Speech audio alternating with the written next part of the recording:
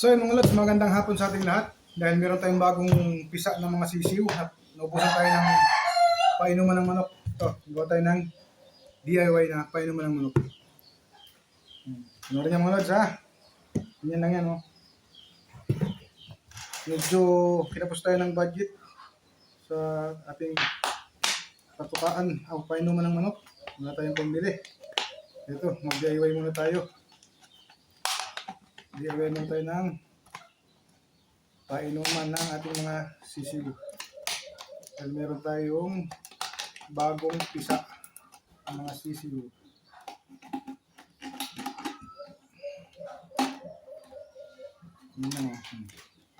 Putasan lang natin siya. Ito sa lalim. Pwede yan kahit ilan. Butas. Kung gusto nyo mga lods. Ito naman itong DIY lang. Dahil wala pa tayong pambili. Kaya gawa mo tayo ng paraan. Hindi kamahalan din yung patukaan ng manok o yung painuman.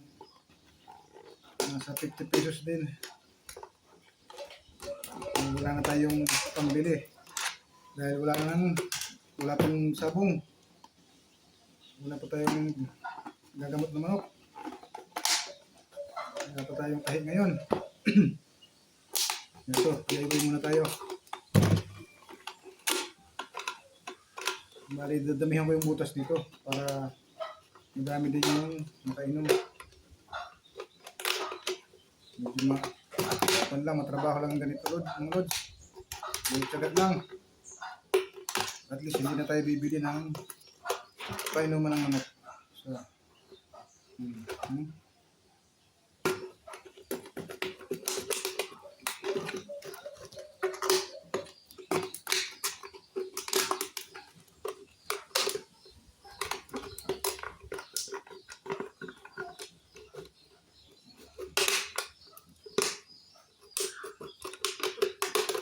okay. Isa na lang. Isang butas na lang. Madali lang naman gumawa nito. Kaya lang makatingting.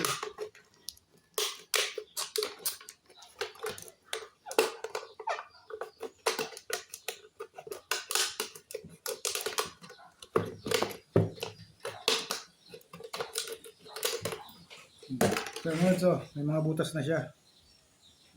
Bibiyakin na lang natin siya dito. Ayan dito pala. Hindi pa natin tanggalin. Dito. Ayan o.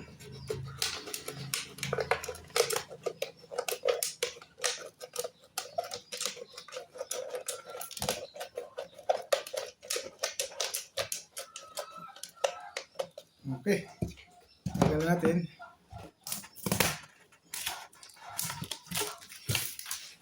So yung lods, bali ito ang gagamitin natin lagayan ng tubig. Ito, pabaligtad. Ganyan. Yan, di ba? Meron tayong painuman ng manok. Ating mga alaga sisiw. So yung lods, testingin natin. Yung lods, testing natin, lagyan natin ng tubig. Kasama natin ng konti.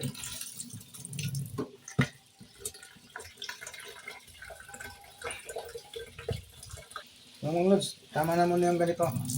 Tingnan natin. Tingnan natin ito. Yun lang. Diba? Meron na tayong painuman ng mga sisiw. Testingin natin mga lods. Lagyan natin mga sisiw natin.